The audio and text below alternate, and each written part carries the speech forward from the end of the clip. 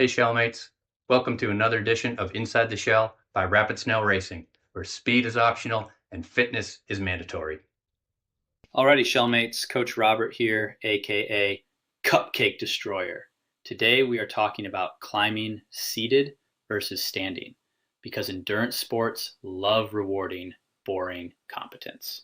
The big idea is simple.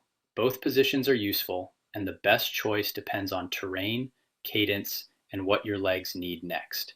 It is not glamorous, but neither is unraveling halfway through a session because the basics were ignored. Why this matters for cycling is pretty simple. It can change how the whole ride feels. When this skill is working, you can change position without big surges. Standing is brief and intentional, and seated climbing feels calm, strong, and repeatable. For endurance athletes, that is a big deal. Seated climbing usually keeps the effort smoother and lets your quads and glutes do steady work, while standing is better used as a short tool, not a lifestyle choice, because it often changes muscle load and pushes effort up quickly. When this clicks, you stop fighting the hill, stop wasting energy, and start riding it in a way you can actually sustain. When it is off, your body and your data usually start filing complaints. Common ones are standing every climb and spiking effort, staying seated while cadence stalls badly, and using one position for every situation. Those are useful indicators and not reasons to panic.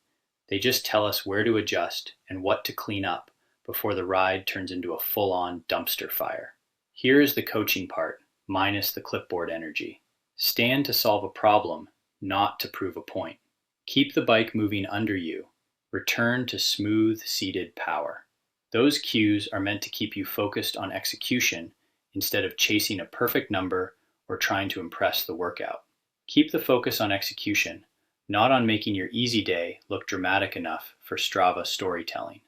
For this week, keep it practical. On one climb, alternate seated and short standing sections.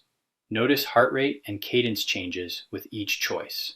Stay controlled when you stand instead of attacking. That gives you a clear way to practice the skill without turning it into something bigger than it needs to be. The goal is not perfection.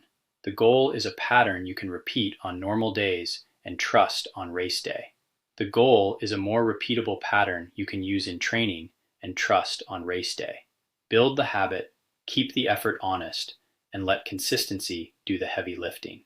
That is the real-world side of endurance training, and it is where better results usually come from. And remember, speed optional, hill control mandatory.